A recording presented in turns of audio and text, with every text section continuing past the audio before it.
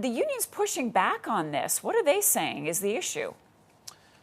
Yeah, imagine for a second, Marcia, there's a couple of issues here. First of all, Blue Monday, as we know, this day in January. Secondly, a little cold here in Ottawa. It was minus 15 on the wake up, minus 24 with the wind chills. So imagine that kind of a back to the office type of day for a number of public servants. We're starting that today, this sort of hybrid by design, as the government has called it, and saying that they want it to start today and then full implementation of this 2 to 3 days to work from the office by the end of March. So the union is pushing back on it, saying that, look, they weren't given enough time in consultation before this was put into place.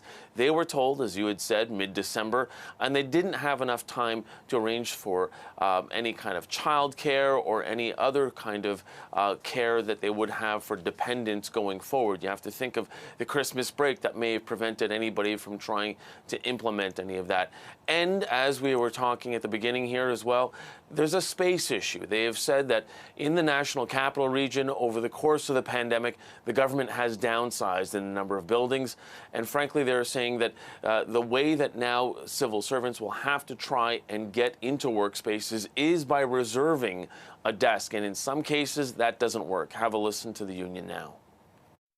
So we have reports that when they go to book desks, there isn't any available. When they show up to work, that the desk that they have registered for does not exist, or that somebody is sitting in it. So I don't think that they're ready for the logistical nightmare that's about to happen.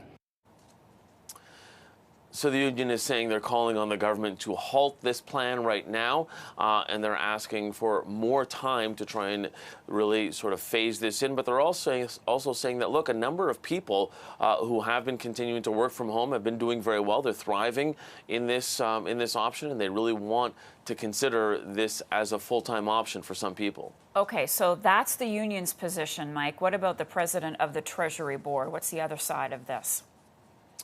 Yeah, Mona Fortier is basically saying people who refuse to go to work or refuse to return to the office will be dealt in a case-by-case basis, but essentially pointing to a number of other jurisdictions like Ontario, the Ontario government, the Quebec government. They have already done this sort of phased-in process already, this hybrid by design already, and they're saying that, look, we need to move forward with this because they want to make sure that the public service continues to give the services that Canadians expect. We're pointing to issues in the public service, such as issuing of passports in the past.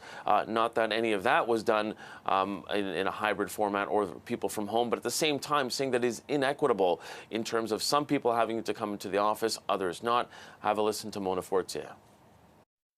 We are in new territory, and we're trying to bring best of both worlds, the remote work and the work in person, to make sure that we can have a federal government that offers those services to Canadians.